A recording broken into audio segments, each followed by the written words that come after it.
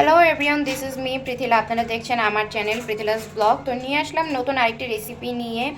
তো আজকে রান্না করব এই যে শাপলা পাতা মাছ।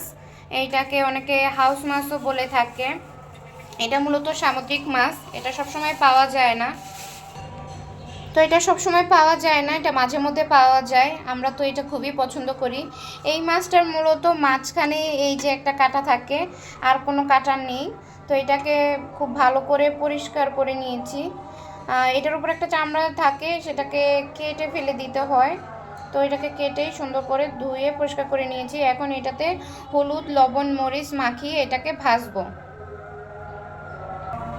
তো ফার্স্টে দিয়ে দিলাম মরিচ, তারপরে দিব হলুদ আর লবণ, মানে মাছ ভাজার জন্য যেগুলো দেয় আর কি, সেগুলো দিয়ে মূলত ভাজাটা করব। তো এটাকে আসলে আজকে ভুনার মতো করব। তো এখন এটাকে ভালো করে মাখিয়ে নিব। তো মাছটা ভাজার জন্য কড়াইতে তেল গরম করে নিয়েছি। তো এখন মাছগুলো আস্তে আস্তে ছেড়ে দিব।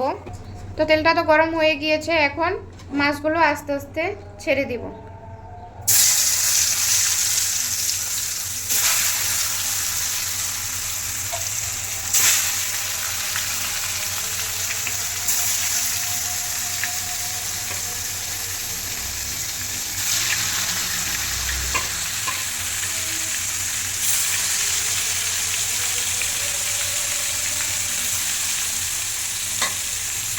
সবগুলো মাছ একসাথে দেওয়া যাবে না, তাই অল্প অল্প করে মাছ দিয়ে এটাকে খুব কড়া করে ভাজবো না, মানে মিডিয়ামভাবে ভেজে নিব।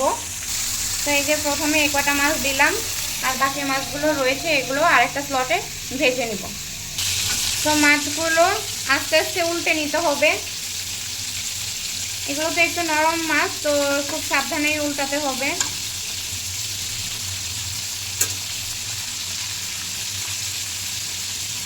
তো এরকম এক পাশ করে উল্টে আস্তে আস্তে উল্টে দিয়ে সবগুলোকে ভেজে নিব।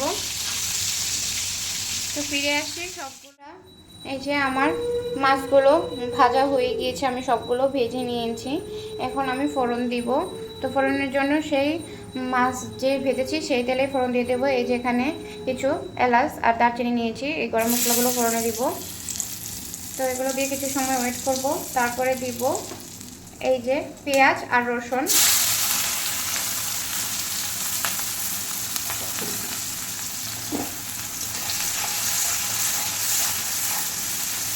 তো এটাকে ভালো করে পেঁয়াজ রসুনগুলোকে ভাজা ভাজা করতে হবে।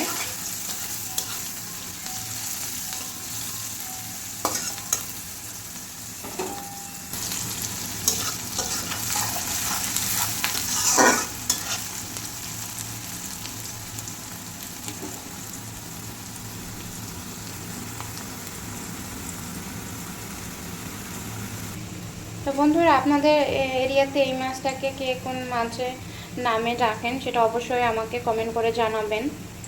তো এদিকে পেঁয়াজগুলো ভাজা হচ্ছে, পেঁয়াজগুলো একটু লাল লাল করে ভাজবো, তারপরে বাকি গুঁড়ো মশলাগুলো অ্যাড করব। আজকের মাছটা খুব বেশি ঝোলও রান্না করব না, আবার শুকনো না, মানে মাখা মাখা ঝোলের মতো রান্না করব।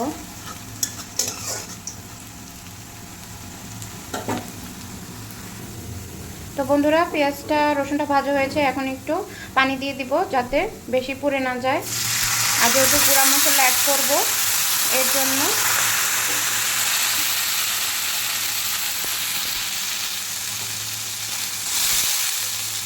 তো হলুদ দিয়ে দিলাম,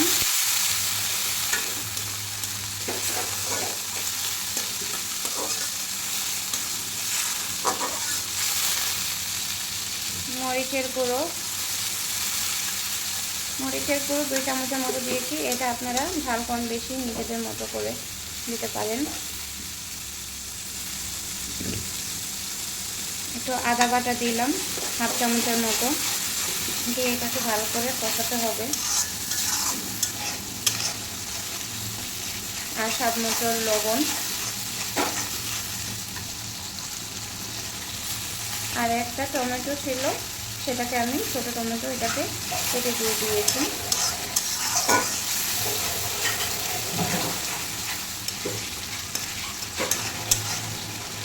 এটাকে এই মশলাটাকে ভালো করে কষাবো, কষিয়ে তারপরে এটাকে রান্না হবে মূলত।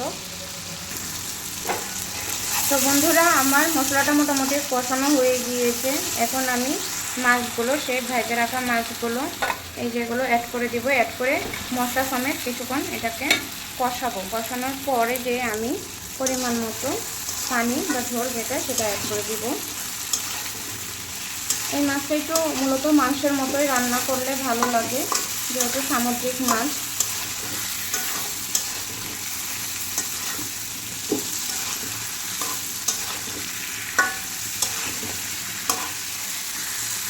তো এটা একটু মশলা সহ একটু কষুক, তারপরে আমি এটার মধ্যে পানিগুলো অ্যাড করব।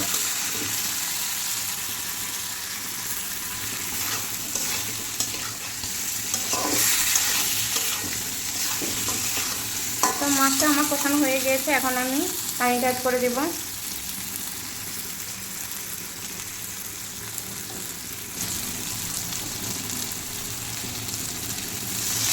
যেহেতু মাছটা সিদ্ধ হতে হবে তাই ফার্স্টে একটু বেশিই পানি দিব।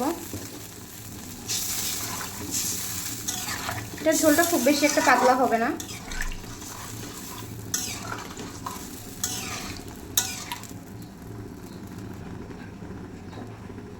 তো এই যে আমি দিয়ে দিয়েছি পানি, এখন এটা ফুটে উঠবে কিছু সময় পরে।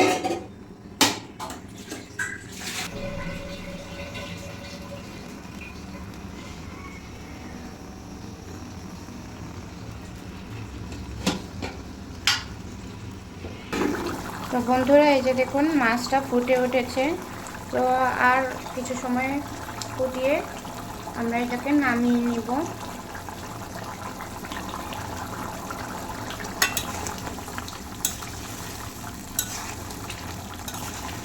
এটা সিদ্ধ হতে বেশি সময় লাগে না, খুব কম সময়ে হয়ে যাবে রান্নাটা আমার। তো একদম ফিরে আসছি রান্নাটা শেষ করে। তো বন্ধুরা এই যে ঘ্রাণের জন্য একটু লেবু পাতা দিয়েছিলাম, সেই ক্লিপটা আসলে নিতে পারিনি, ভুলে গিয়েছিলাম। তো আমার মাছটা মোটামুটি রান্না কমপ্লিট। ঝোলটা এরকমই রাখবো, কারণ এটা ঝোলটা নামানোর পরে এটা আরও ঘন হয়ে যাবে অটোমেটিকলি। তো রান্নাটা দেখেই বুঝতে পারছেন কেমন হয়েছে, অনেক সুন্দর হয়েছে দেখতে, কালারটা অনেক সুন্দর এসেছে। আর এই লেবু পাতাটা অপশনাল, আপনারা চাইলে দিতেও পারেন, না দিতে পারেন। আমার একটু ঘ্রাণের জন্য আমি লেবু পাতাটা ইউজ করেছি।